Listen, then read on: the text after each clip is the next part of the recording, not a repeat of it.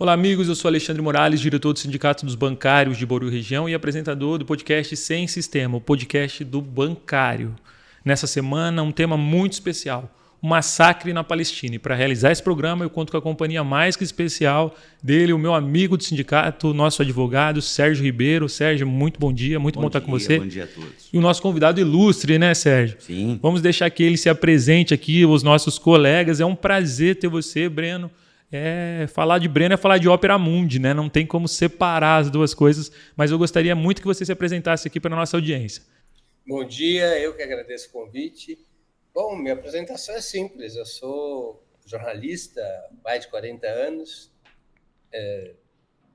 fundador do site Opera Mundi, do site e do canal Opera Mundi, e autor do livro que eu tenho lançado nos últimos meses em vários lugares do país, inclusive lançarei em Bauru no dia 15 de maio, autor do livro Contra o Sionismo, Retrato de uma Doutrina Colonial e Racista, que é exatamente sobre o tema do programa de hoje. Poxa, excelente. Serginho, eu gostaria que você falasse um pouquinho, né? Você parece que já teve uma passagem na sua vida, que você já conhecia o Breno. Fala um pouquinho da experiência que você teve com ele, por favor. O Breno era uma... Isso foi durante o movimento estudantil e eu tenho certeza que ele não vai lembrar de mim, mas o Breno era a nossa direção, né? Ele secundarista e nós. Então, tivemos um relacionamento político muito interessante, aprendi muita coisa com ele. Para mim, em particular, é um grande prazer estar com você novamente. O Serginho está até emocionado, viu, Breno? Ele está lembrando o saudosismo, né? Época boa, né? Então ele está muito contente. Quando todos tínhamos menos cabelos brancos e mais cabelos em geral. Sim. Muito bem. É isso aí. Ô, Breno, eu gostaria que você começasse para a gente explicando essa questão. É um conflito, esse conflito, na verdade, ele é uma guerra? Porque existe aí, às vezes, uma discussão se esse conflito chega a ser uma guerra ou não. Qual que é a diferença? Para a gente que é trabalhador, a gente não sabe muito bem qual é a palavra a utilizar. Gostaria que você começasse iniciando isso. Não, em um sentido clássico, que se utiliza a palavra guerra, não é uma guerra. Uma guerra é um combate que se trava entre dois estados, não é? Esse é o sentido clássico da guerra. É um confronto militar entre estados. Não é o caso. Ali o que nós temos é um estado colonial, que é o Estado de Israel, contra um povo colonizado. Nós podemos, de uma maneira mais elástica, usar o conceito de guerra e até mesmo relativizá-lo. Nesse caso, nós teríamos duas guerras. Do ponto de vista do Estado colonial, é uma guerra de ocupação. Do ponto de vista do povo colonizado, do povo palestino, é uma guerra de libertação. Não é? Mas usando de uma maneira mais elástica o conceito de guerra. Se nós analisarmos pelas características da guerra de ocupação travada pelo Estado de Israel, nós entenderemos que se trata de um genocídio, de um massacre, né, de uma carnificina, cujo objetivo através da brutalização do povo palestino, colocá-lo diante da seguinte opção: ou fogem, ou decidem sair da Palestina, das suas casas, do seu território, ou morrem. Né? Então, é uma combinação. A maneira como a gente pode interpretar tem vários ângulos. Ele é, do ponto de vista das suas consequências, um genocídio. Ele é uma guerra de ocupação, travada pelo Estado de Israel, e é uma guerra de libertação, travada pelo povo palestino. A gente vê, a gente que não tem tanta familiaridade, um vocabulário novo aparecendo, por exemplo, sionismo, genocídio, o próprio Hamas. Gostaria que você explicasse essas palavras, mas acima de tudo que você explicasse a origem desse conflito. Eu sei que talvez a gente precisasse de mais tempo, mas de maneira breve, Altman, que você conseguir aqui fazer um resuminho de como que se inaugurou esse conflito e esses vocábulos aí que se usam para explicar e para falar que às vezes o trabalhador não está acostumado. Esse conflito nasce no final do século XIX. Seus embriões estão no final do século XIX, exatamente quando surge como doutrina e movimento organizado o sionismo. Até então, judeus, árabes palestinos, cristãos, viviam em harmonia na região da Palestina, que era então dominada pelo Império Otomano. até 1918, a Palestina foi colônia do Império Otomano.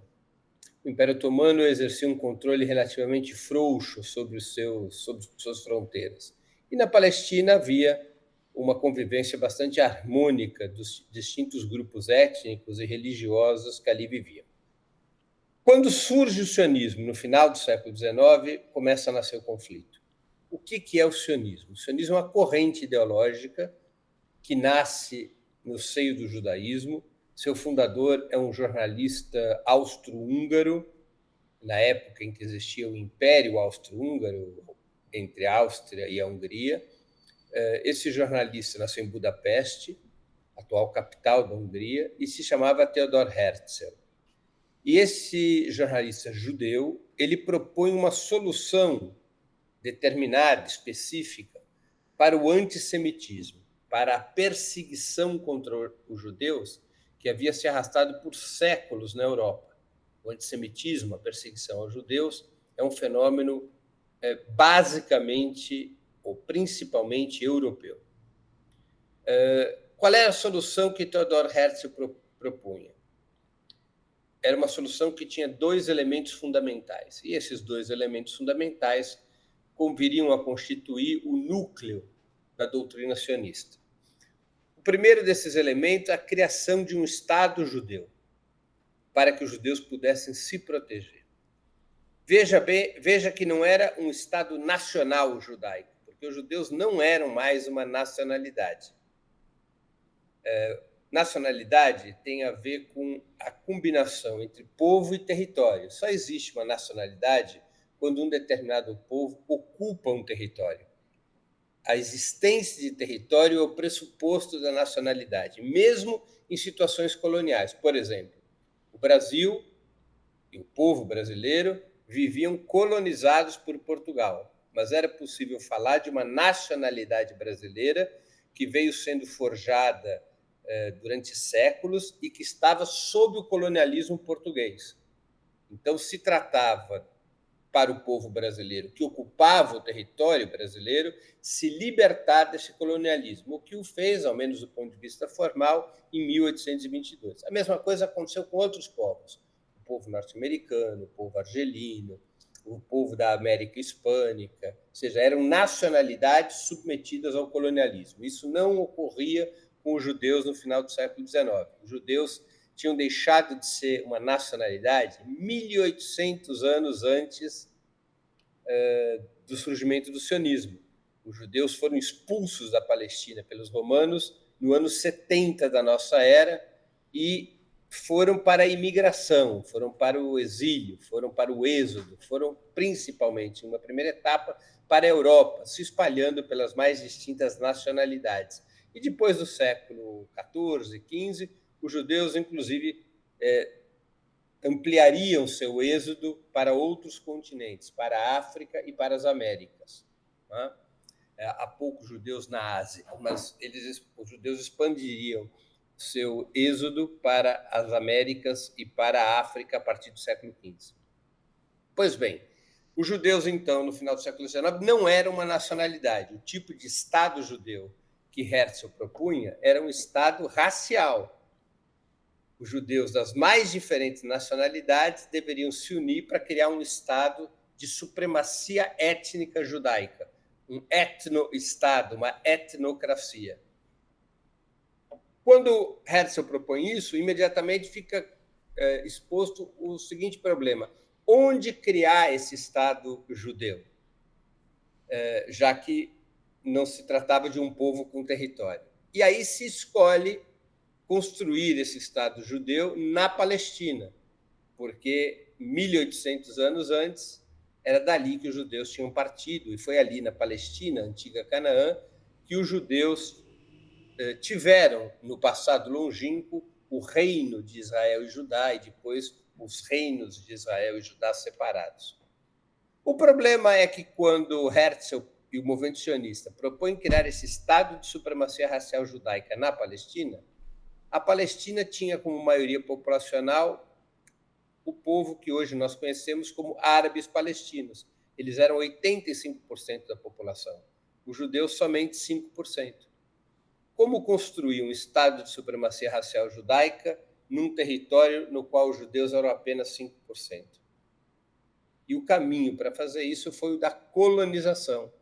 Foi o caminho que incluiu métodos como limpeza étnica, expulsão, extermínio, submissão da maioria do povo da Palestina, que eram os árabes palestinos.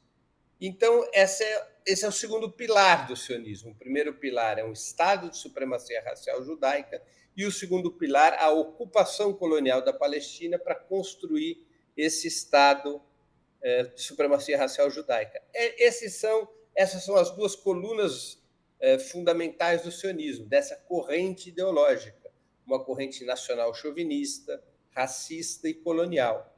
Então, você ser contra essa corrente não é ser contra os judeus. O sionismo está para os judeus, assim como o nazismo esteve para os alemães, ou o fascismo para os italianos. Ser contra os nazistas, ou ser contra o nazismo, não era ser contra os alemães. Ser contra os fascistas ou o fascismo não era ser contra os italianos. Ser contra o sionismo e os sionistas não é ser contra os judeus, porque há outras correntes no seio do judaísmo que propunham e propõem outras soluções para o antissemitismo, para a perseguição contra os judeus. Portanto, é bastante importante ter claro que ser anti-sionista não é a mesma coisa do que ser antissemita.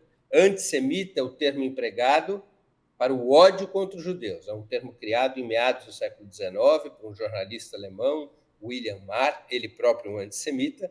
Ele cria esse conceito de antissemitismo para identificar a luta contra os judeus, o ódio contra os judeus. Então, antissemitismo é racismo. Antissemitismo ele é um crime de ódio racial.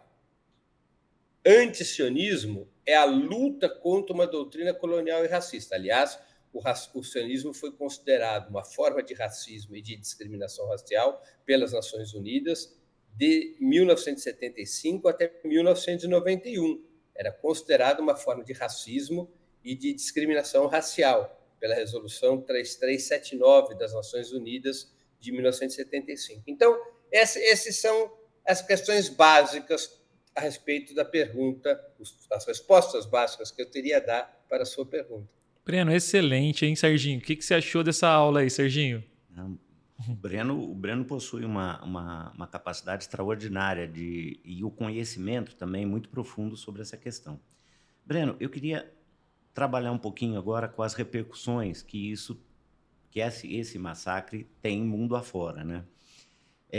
Nós temos conhecimento aqui, nós temos um comitê contra o apartheid, o massacre palestino, e isso, assim, nós temos visto que é um crescente em escala mundial o apoio à questão palestina, à formação do Estado palestino. Recentemente, nós tivemos algumas manifestações de massa, especialmente nos Estados Unidos, que chamaram bastante atenção nas universidades.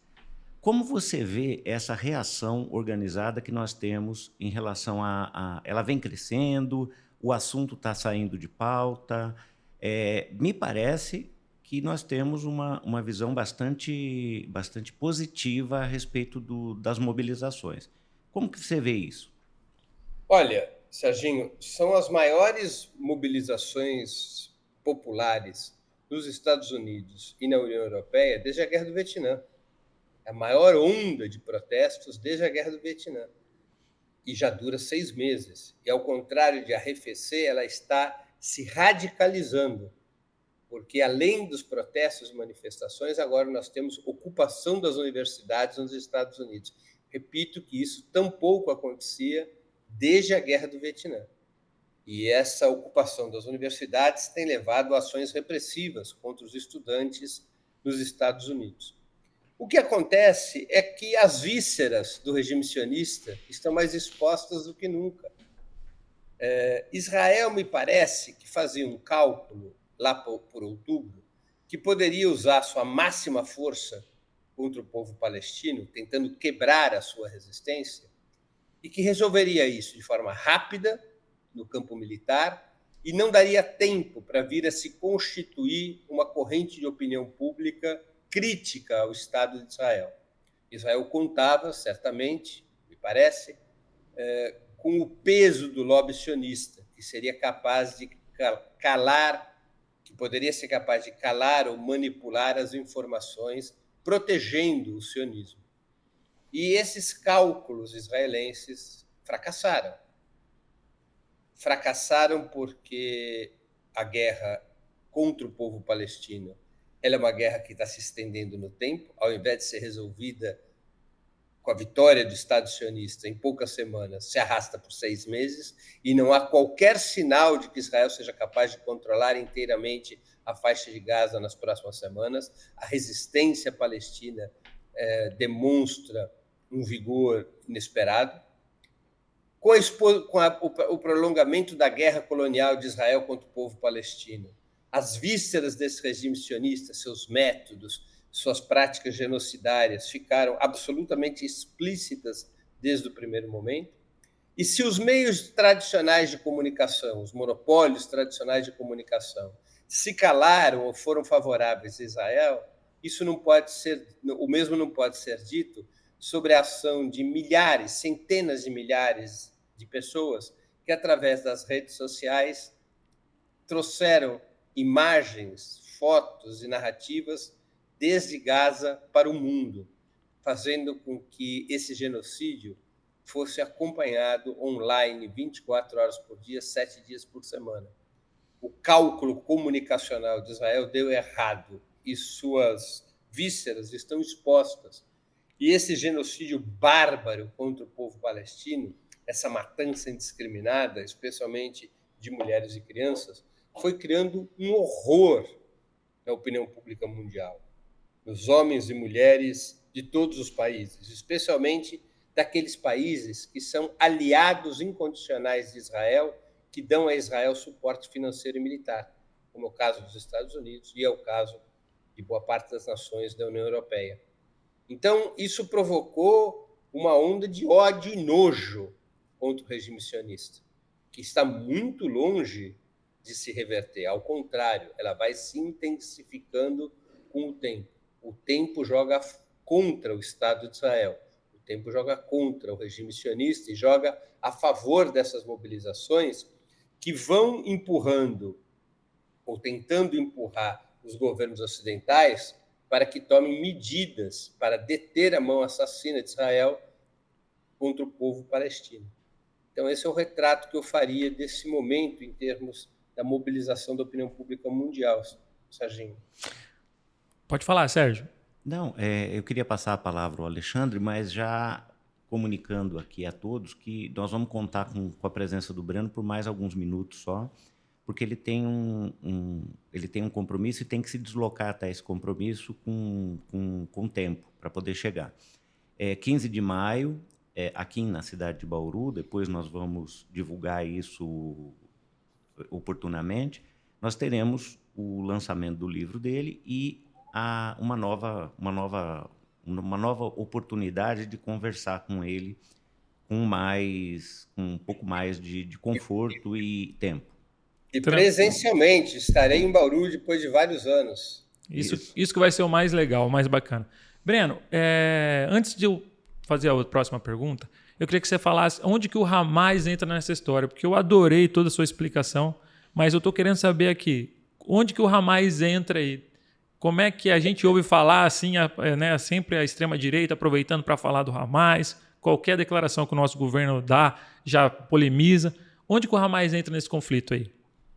Olha, o Hamas é uma organização fundada em 1988, é uma organização jovem. É uma organização que aparece durante a primeira intifada. Intifada é uma palavra árabe para rebelião. O povo palestino sempre lutou contra o colonialismo israelense, né? O colonialismo israelense veio se estruturando desde os anos 40. Israel foi controlando, foi se apossando de todos os territórios da Palestina a partir da sua própria fundação em 1948. Pela Resolução 181 da ONU, que cria a partilha da Palestina, Israel tinha direito a 53,5% da Palestina para a criação do Estado judeu. 46,5% eram destinados à fundação de um futuro Estado palestino. Quando ocorre a primeira guerra árabe-israelense, entre 1948 e 1949, Israel expandiu os 53,5% que havia recebido das Nações Unidas, expandiu para 79%. E numa outra guerra, em 1967, conhecida como Guerra dos 6 Dias, Israel passou a controlar 100% da Palestina, ilegalmente, violando resoluções das Nações Unidas. Né? Então, essa é a situação. Israel foi se consolidando como um regime colonial. E os palestinos sempre lutaram, através de todas as formas de luta, contra essa opressão colonial. O Hamas surge num momento muito importante da luta palestina contra a opressão colonial, que foi a primeira intifada a qual me referi. Ela durou de 1988 até 1993. O Hamas ele é uma costela de uma organização egípcia chamada Irmandade Muçulmana. O Hamas nasceu como uma organização de caridade social, como era a Irmandade Muçulmana no seu início. Mas antes de virar propriamente o Hamas, era a Irmandade Muçulmana atuando na faixa de Gaza, basicamente com atividades de caridade social.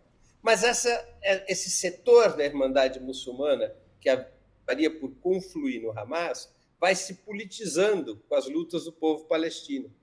E tem uma participação destacada quando começa a primeira intifada em 1988. E aí surge o Hamas, que se mantém como uma organização de caridade, como uma organização religiosa, mas também acaba se desenvolvendo como um partido político e um partido político, como é comum em todos os partidos palestinos daquela época, era comum em todos os partidos palestinos daquela época, como um partido que tinha um braço armado.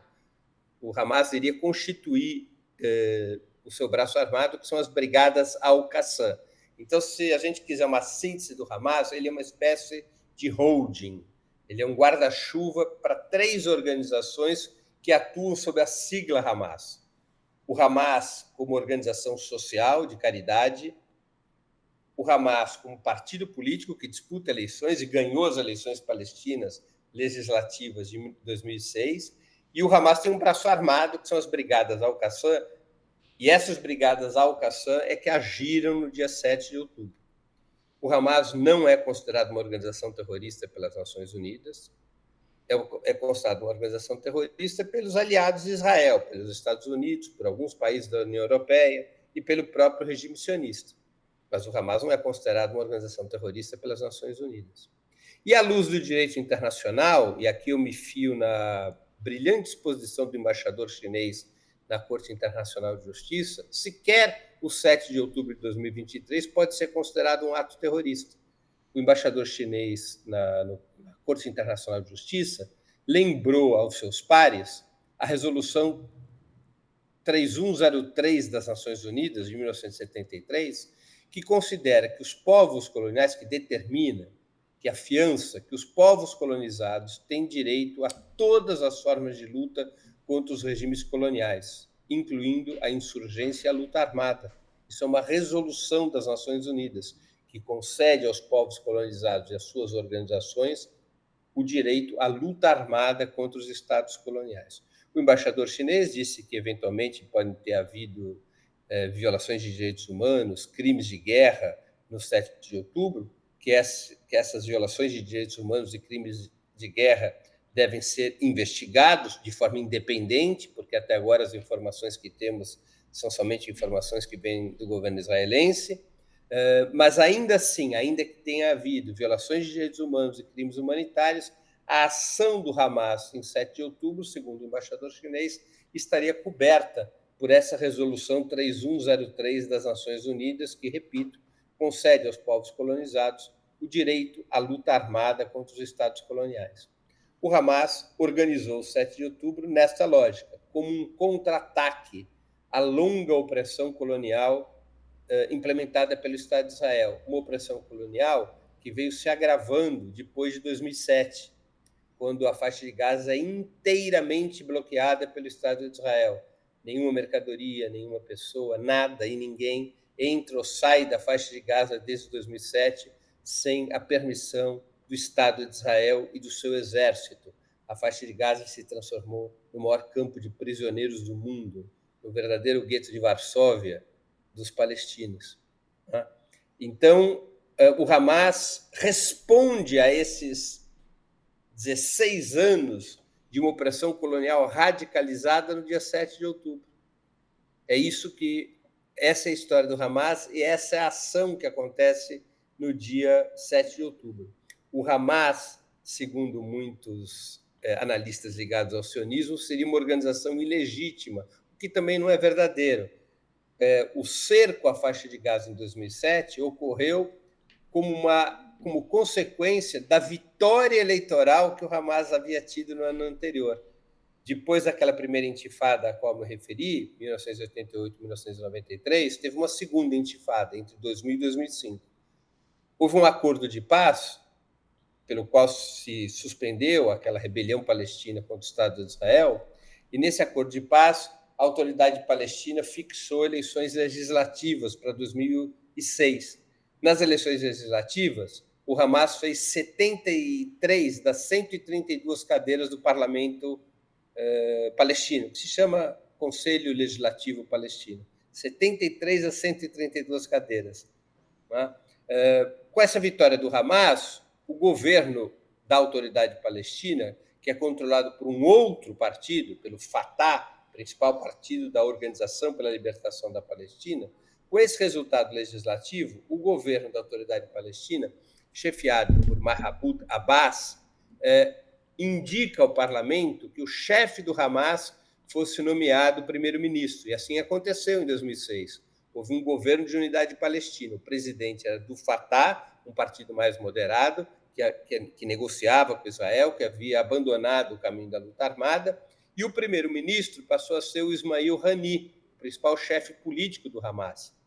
O Hamas aceita participar do governo, o parlamento referenda o nome de Ismail Haniyeh para primeiro-ministro. O Hamas, nesse momento, decreta uma trégua indefinida na sua guerra, na sua luta contra o Estado de Israel, aceita a solução dos dois Estados, a construção do Estado palestino ao lado do Estado de Israel, mas ainda assim o resultado eleitoral e a formação desse governo de unidade palestina são rechaçados pelos Estados Unidos, pela União Europeia e pelo Estado de Israel, que decreta um boicote financeiro total contra a autoridade palestina em 2006, exigindo, para levantar este boicote, exigindo que o Fatah, que o Mahmoud Abbas, o presidente da autoridade palestina, expulsasse o Hamas do governo. A autoridade palestina suportou a pressão por um ano, mas em 2007 expulsou o Hamas do governo, demitiu Ismail Haniyeh.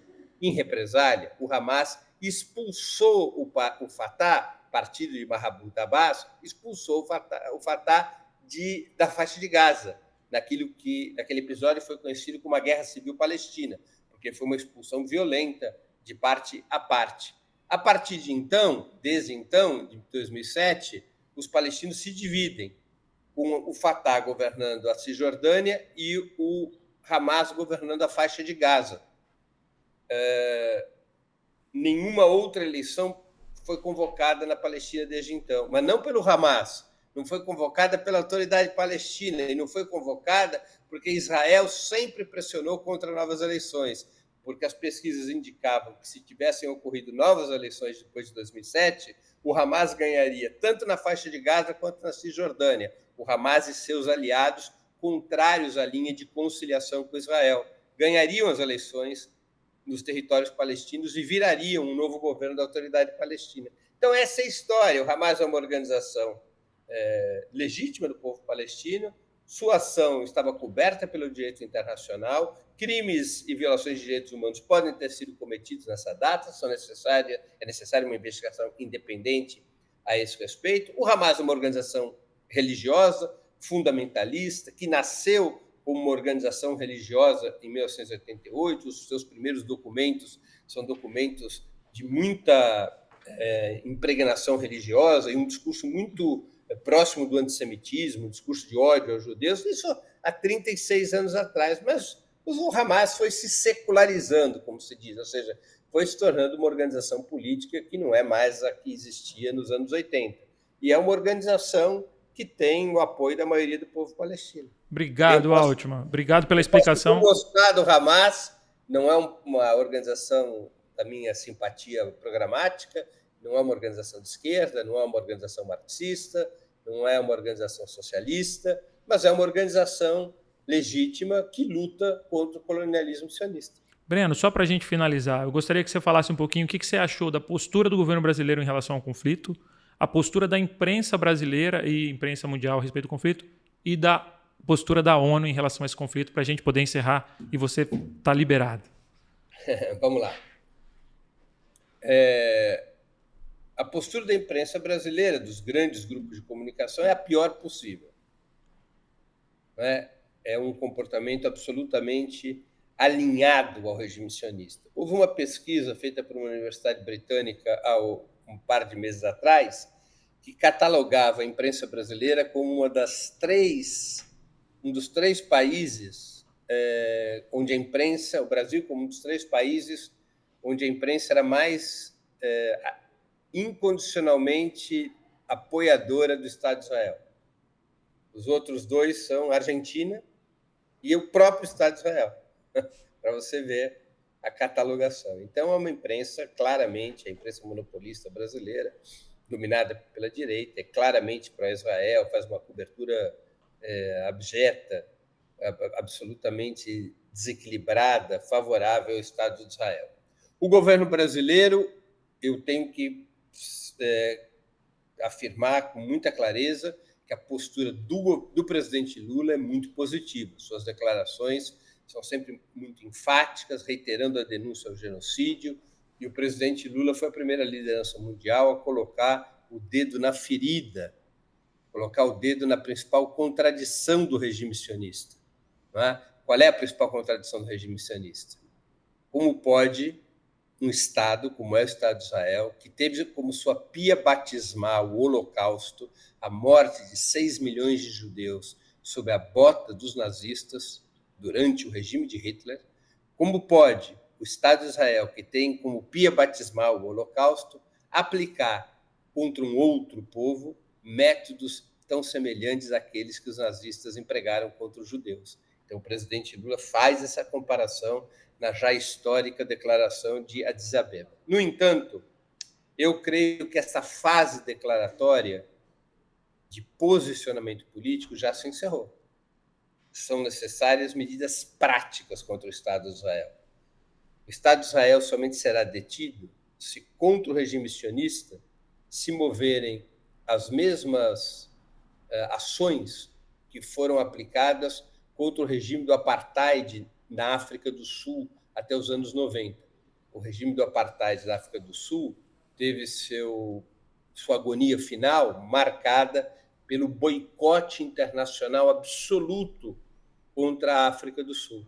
A África do Sul foi expulsa até da FIFA e do Comitê Olímpico Internacional. Todas as grandes nações, incluindo Estados Unidos e Reino Unido, na segunda metade da década de 80, romperam relações diplomáticas com a África do Sul, romperam relações comerciais com a África do Sul. Sabe quem era o principal aliado da África do Sul, por curiosidade? O Estado de Israel. O Estado de Israel sempre manteve excelentes relações com o regime de apartheid da África do Sul. Né? Mas essa asfixia contra a África do Sul foi decisiva para o fim do regime do apartheid, para o fim daquele Estado racista que vigorava naquele país. Medidas semelhantes têm que ser aplicadas contra a África do Sul. No caso brasileiro, essas medidas também deveriam implicar, a meu ver, na ruptura das relações diplomáticas com o Estado de Israel e na ruptura das relações comerciais. O Brasil é o quinto maior importador de armas e tecnologia de defesa e tecnologia de segurança pública do Estado de Israel. O quinto maior importador de armas e tecnologia de segurança pública. Petróleo brasileiro, através de empresas estrangeiras que aqui têm concessões, petróleo brasileiro abastece o Estado de Israel na sua guerra colonial contra o povo palestino. Poucos dias depois do presidente Lula ter feito as declarações que fez na Etiópia, reiterando a denúncia de genocídio contra o governo Netanyahu e comparando esse governo com o regime nazista, poucos dias depois, a Força Aérea Brasileira assinou um contrato de manutenção de drones com uma empresa israelense que fabrica os drones que são utilizados na faixa de Gaza no genocídio contra o povo palestino. Portanto, até do ponto de vista moral, o Brasil está obrigado a tomar medidas práticas firmes contra o Estado de Israel. O presidente Lula, a meu ver, deve ser apoiado nas suas declarações e também apoiado e até mesmo pressionado para que tome medidas práticas contra o regime sionista, contra o genocídio praticado pelo governo Netanyahu. Excelente. Só faltou você falar da ONU. O que você acha da ONU? É um ato falho interessante, né? Eu esqueci de falar da ONU porque a ONU é irrelevante. Entendi. A ONU é irrelevante. Quer dizer, a ONU aprova o mecanismo de veto, que é o que determina o funcionamento do Conselho de Segurança, faz com que os Estados Unidos bloqueiem qualquer resolução realmente importante contra Israel. E mesmo quando são aprovadas resoluções críticas a Israel, como ocorreu há um par de semanas atrás, e os Estados Unidos se abstiveram, mesmo quando resoluções desse tipo são aprovadas, elas não carregam no seu âmago medidas punitivas caso Israel não cumpra a resolução. Então, elas não valem coisa alguma. Israel é, historicamente, um descumpridor das resoluções da ONU, é um Estado pirata, né? É um Estado marcado pela ilegalidade no âmbito internacional. Então, a ONU é paralisada pelo poder de veto. A ONU não tem nenhuma relevância, não consegue agir nessa situação, né? A ONU ela é um retrato da correlação de forças que se estabelece em cada tema, né? Ela não tem autonomia para solucionar situações desse tipo, né?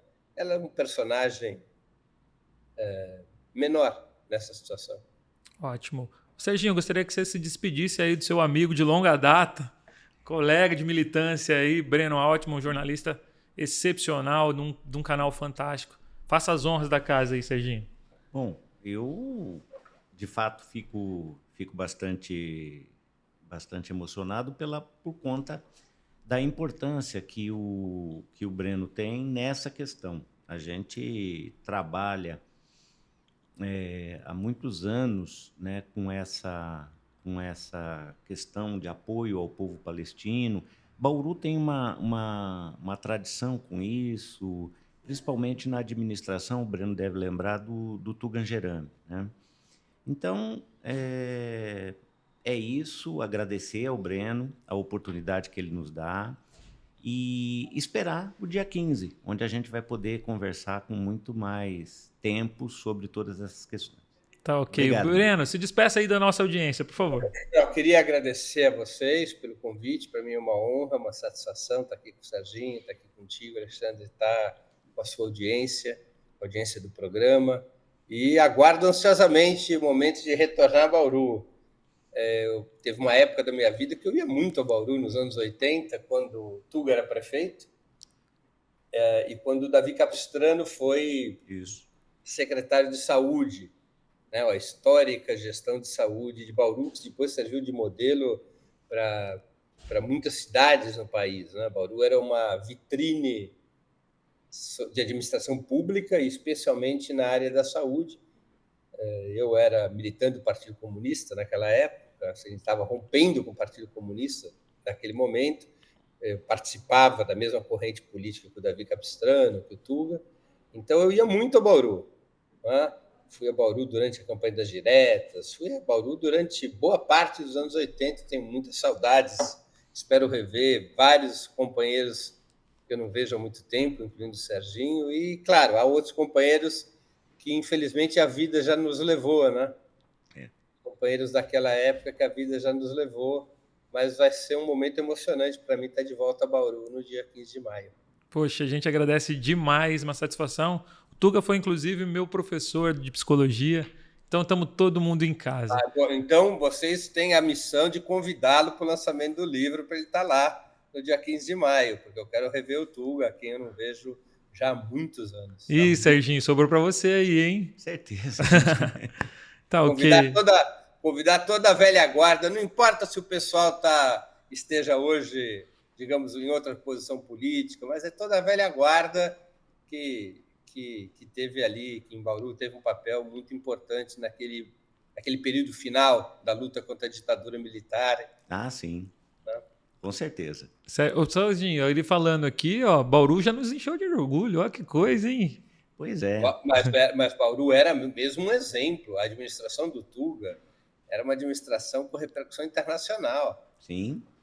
Aí, nessa área da saúde, era uma coisa chocante, porque com pouco dinheiro, as prefeituras só passaram a ter mais dinheiro depois de 88, com a nova Constituição.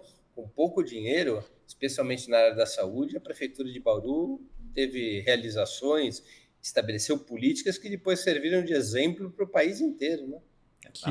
A própria Constituição do SUS, né? A Claro. própria Constituição do SUS,